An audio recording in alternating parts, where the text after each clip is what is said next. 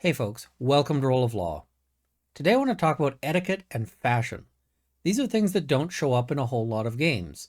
The White Wolf games included etiquette as a stat you could take, but not a whole lot of explanation about why somebody would want to.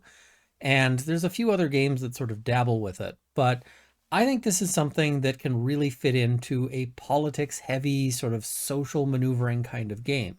Now, this isn't going to be something for every table, and not all players or all DMs are going to want to do anything with this. But I think it's something that's at least worth considering. Because what etiquette and fashion are fundamentally, or at least the role that they have often played in society, is weapons, social weapons, as well as the home field advantage. And what I mean by that, and I'll start off just talking about etiquette as our example. So, in terms of etiquette, there's a whole bunch of things that you do or don't do every day that are things that you've learned without even necessarily realizing that you've learned them. They're things that are so ingrained in us that it's just the things that you would would obviously do or would obviously not do.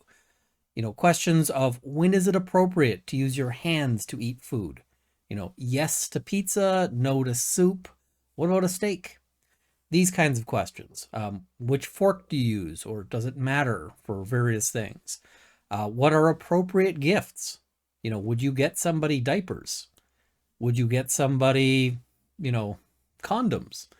These kinds of things. When is it okay to give somebody alcohol? These kinds of questions become big issues. And a lot of these are probably pretty funny, but they vary a lot. Is it okay to give somebody a knife? Different people I know would either be thrilled to receive a knife from me as a gift or absolutely horrified. And that is dependent on different subcultures. So all of these things are just part of our environment. And the real time when these start to come up and become a real big issue is when you venture outside of your culture. So if I were to go to Japan or China or any of these things, various places, my assumptions about what is the polite thing or the rude thing to do may be completely off. And in fact, in trying to be polite and trying to show respect, I may actually cause offense, either because I did something I shouldn't or didn't do something that I was supposed to. What this means in a political game is this is a huge home field advantage, because when the rival diplomat comes to town, if I'm in a political contest with this person, they've got to put all of this effort into learning all of those things that I probably just knew automatically. When people go abroad for business, when they travel to another country, they may have to take courses or get some sort of tutor or training as to what things are culturally appropriate where they're going. And the locals, of course, don't have that requirement. So, depending on the game, there's various ways that you can reflect this. If you're playing a Dungeons and Dragons style game, you might, for instance, give somebody disadvantage when they're trying to navigate in a culture that they're completely unfamiliar with, or, advantage in the contest in some fashion. In other games, you might want to give a bonus or these sorts of things.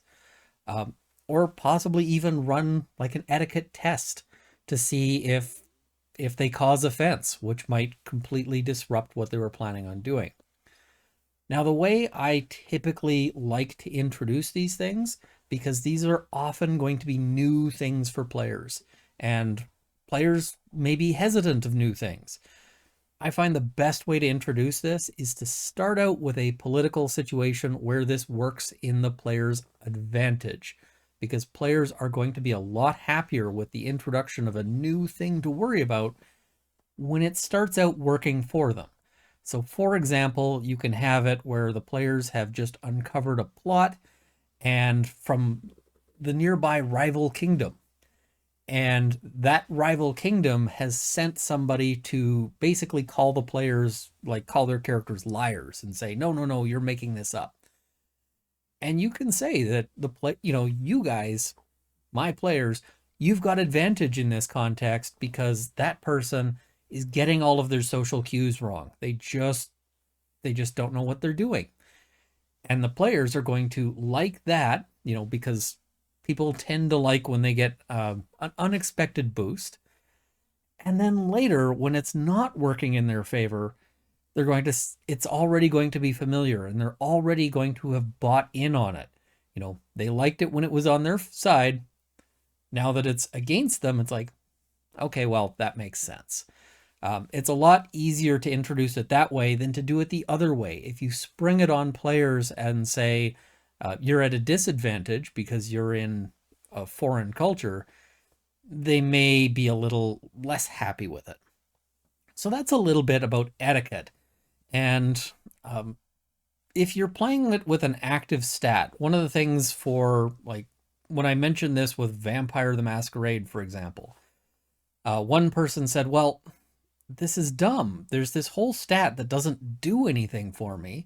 Like, I can't use it in a fight. I can't anything with it. The only thing I need it for is so that I don't piss off powerful people when I talk to them. And so that means that if I want to talk to those people, there's this huge sunk cost of effort. That's exactly what these things are for, is essentially making people who are outsiders spend that effort, spend that sunk cost. It's a buy-in cost for everyone who isn't a local. So that can have some tremendously powerful effects and can also help you differentiate between groups. And you can just make up a few different cultural things that can be relevant here. There was the custom, for example, of serving food in bread dishes or with bread to soak it up, with the expectation that the bread then later would be thrown away to the poor. The poor would get those and they'd be, thankful because they were starving. If somebody were to eat that, that might be considered to be rude, in the sense of that bread was for the poor and you've decided to eat it. You can throw in things like that and tell the players, oh, you know this, but you can see he's getting it wrong, and let them make fun of their rival with it.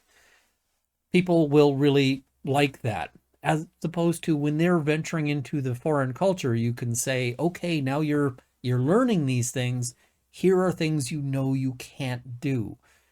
Maybe I gave the example of giving a knife, for example. People don't like that. It's against a cultural superstition. And this can help flesh out your cultures and differentiate them.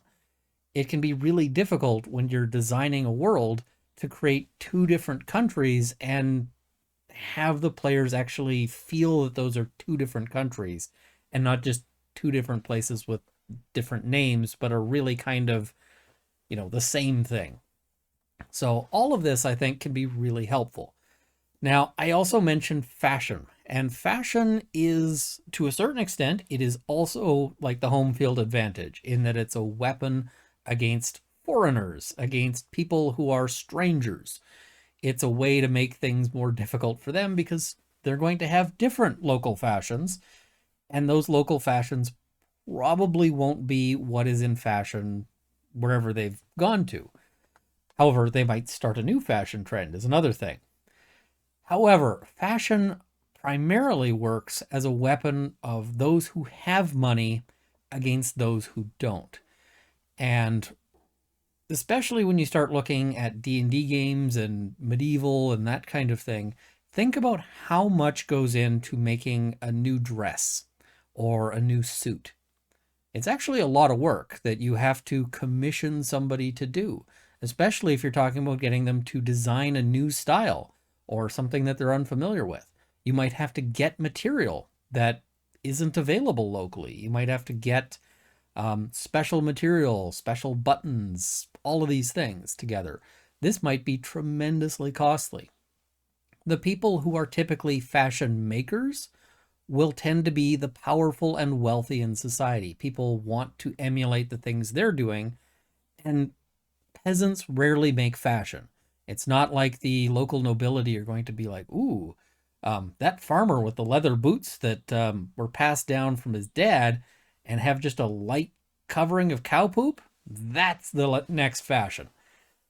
Typically, it's going to be people who they want to emulate, people who they want to who they want to suck up to, really, because part of sucking up to somebody can be agreeing with their fashion choices by doing something similar. Maybe not the same thing, because that can create conflict too.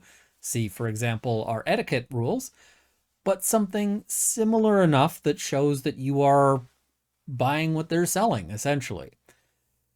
So because of this, it can be a way that, for instance, a king can keep his underlings, the lower nobles, busy. You wear a new suit, something that's a new style, suddenly they have to go and get their tailors in. They have to go and get measured. They have to figure out how to get these materials. They have to do a whole bunch of things that really aren't thinking about how much they'd rather be king and making plans along those lines. There's reasons why a king might want to keep the lesser nobles busy, because kings don't typically like getting deposed. So this also is a great tool for kind of cutting out your rivals. If you can start a fashion trend that really embarrasses them because they were going a different direction, then that's also a social weapon. Now, these are, as I mentioned, things that don't come up often in games, and a lot of players just may not care. So this is something where you're really going to have to feel out your players and what they're interested in. Some players will be really interested if you're saying, listen, I know you spent 100 gold pieces on that outfit, but that's last season's outfit.